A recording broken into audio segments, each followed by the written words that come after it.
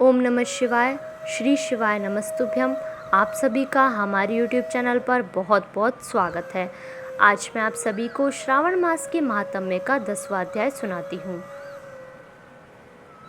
श्रावण मास में शनिवार को किए जाने वाले कृत्यों का वर्णन। ईश्वर बोले, हे सनंत कुमार, अब मैं आपसे शनिवार व्रत की विधि का वर्णन करूँगा, जिसका अनुष्ठान करने से मंद तत्व नहीं होगा। श्रावण मास में शनिवार के दिन नरसिंह, शनि तथा अंजनी पुत्र हनुमान, इन तीनों देवताओं का पूजन करना चाहिए। दीवार पर अथवा स्तंभ पर नरसिंह की प्रतिमा बनाकर हल्दी युक्त चंदन से और नीले, लाल तथा पीले सुंदर पुष्पों से लक्ष्मी सहित जगतपति नरसिंह का भली भांति पूजन करके उन्हें खिचड़ी का नैवेद्य तथा कुंजर नामक शाक का भोग अर्पण करना चाहिए। उसी को स्वयं भी खाना चाहिए और ब्राह्मणों को भी खिलाना चाहिए।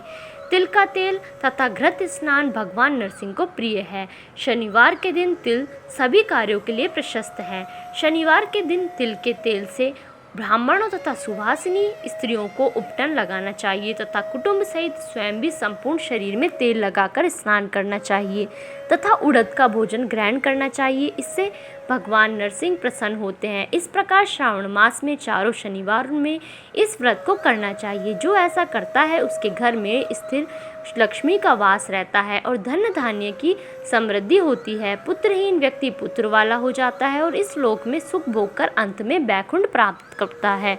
नरसिंह की कृपा से मनुष्य की चारों दिशाओं में व्याप्त रहने वाली उत्तम कीर्ति होती है। हे सौम्य, मैंने आपसे नरसिंह का ये उत्तम व्रत कहा। हे सनंत कुमार, अब शनि की प्रसन्नता के लिए जो करना चाहिए उसे सुनिए। एक लंगड़े ब्राह्मण और उसके अभाव में किसी ब्राह्मण के शरीर में तिल का तेल लगाकर उसे उष्ण जल से स्नान कराना चाहिए और श्रद्धापूर्वक नरसिंह के लिए बताए गए अन्न अर्थात खिचड़ी उसे खिलानी चाहिए। उसके बाद तेल, लोहा, काला तिल, काला उड़द, काला कंबल प्रदान करना चाहिए। इसके बाद व्रती यह कहे कि मैंने यह सब शनि की प्रसन्नता के लिए किया है, शनिदेव मुझ पर प्रसन्न हो। उसके बाद तिल के तेल से शनि का अभिषेक करना चाहिए। उनके पूजन में तिल तथा उड़द के अक्षत प्रशस्त माने गए हैं।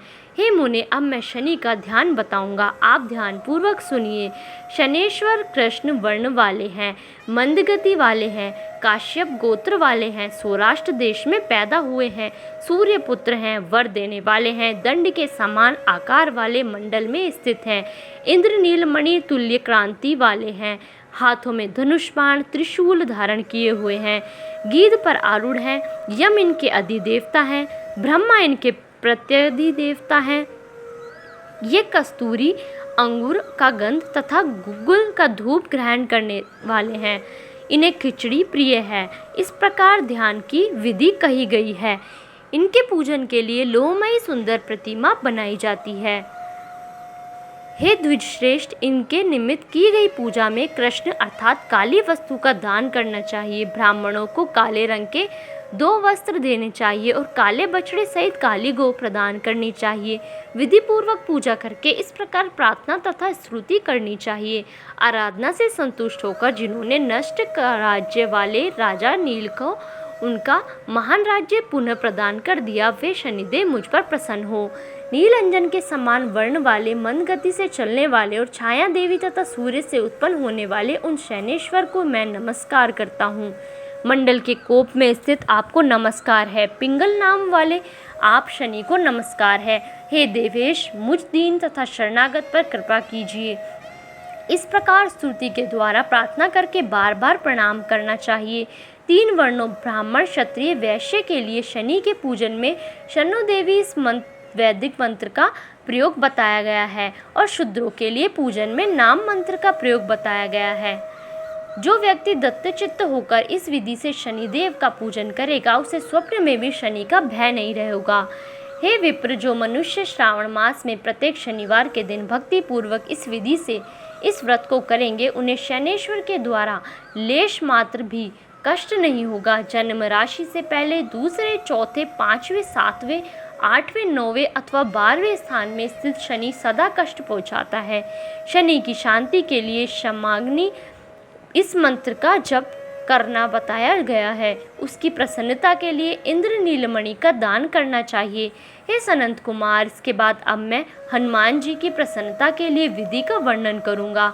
हनुमान जी की प्रसन्नता के लिए श्रावण मास में शनिवार को रुद्र मंत्र के द्वारा तेल से उनका अभिषेक करना चाहिए। तिल में मिश्रित सिंदूर का लेप उन्हें समर्पित करना चाहिए।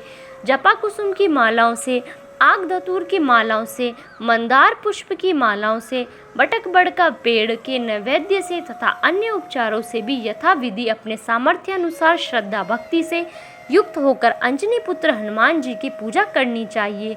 इसके बाद बुद्धिमान को चाहिए कि हनुमान जी की प्रसन्नता के लिए उनके 12 नामों का जप करे। हनुमान, अंजनी, सूनु, वायुपुत्र, महाबल, रामेष्ट, फाल्गुन सखा, पिंगाक्ष, अमित विक्रम, उद्धिक्रमण, सीता शोक विनाशक, लक्ष्मण प्राणदाता और दशग्रीव दर्पहा, ये 12 नाम हैं। जो मनुष्य प्रातः काल उठकर इन 12 नामों को पढ़ता है उसका अमंगल नहीं होता और उसे सभी संपदा सुलभ प्राप्त हो जाती है। इस प्रकार श्रावण मास में शनिवार के दिन वायुपुत्र हनुमान जी की आराधना करके मनुष्य वज्र तुल्य शरीर वाला, निरोग तथा बलवान हो जाता है।